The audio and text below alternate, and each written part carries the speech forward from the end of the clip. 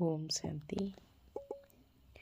आज 5/2/2025 प्रातः मुरली ओम शांति बापदादा मधुबन।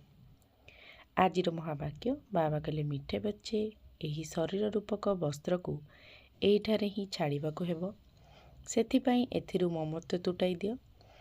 केही भी मित्र संबंधी जेपरी मने न पड़ंतु।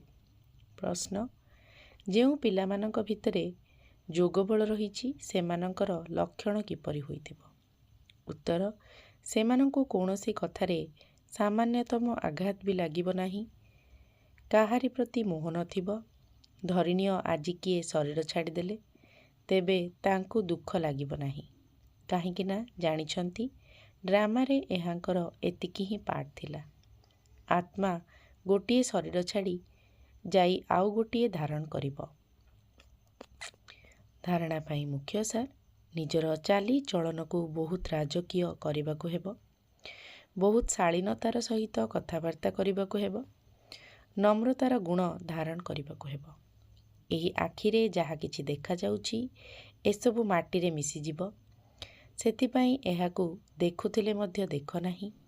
एकमात्र शिव बाबांकु ही मने पकाइबाको हेबो, कोनोसी देहधारी को नुहे। वरदान, मास्टर ज्ञानर सागर हुई कंढेई खेलगुड़ी को समाप्त करुथिबा स्मृति स्वरूप तथा समर्थ स्वरूप हुआ। भक्ति मार्गरे जेपरी मूर्ति तैयारी करी पूजा अर्चना करती पुणी ताकू बुड़ेई दियंती, तेणु ताकू तुमे कंढेई पूजा बोली कहूछ।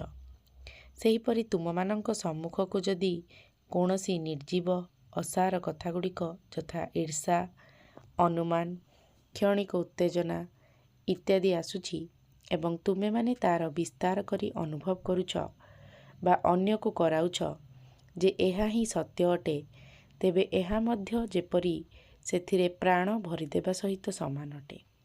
तापरे सेगुड़ी को ज्ञानर सागर पितांकर स्मृति द्वारा बीती जाइतिबा कथा को भूली जाई सो उन्नति रूपी लहड़ी रे बुड़ाई मध्य देउछ, किंतु एथिरे समय तो नष्ट हैला ना। सेथिपाई प्रथमरु ही मास्टर ज्ञान सागर होई स्मृति स्वरूप तथा समर्थी स्वरूप भवर वरदान द्वारा एभली कंढेई खेलगुड़ी को समाप्त कर। स्लोगान, जेउ माने आवश्यकता समय रे सहयोगी होइथांती सेमानंकु गोटिएर पद्मगुणा फल मिलिथाए। ओम शांति।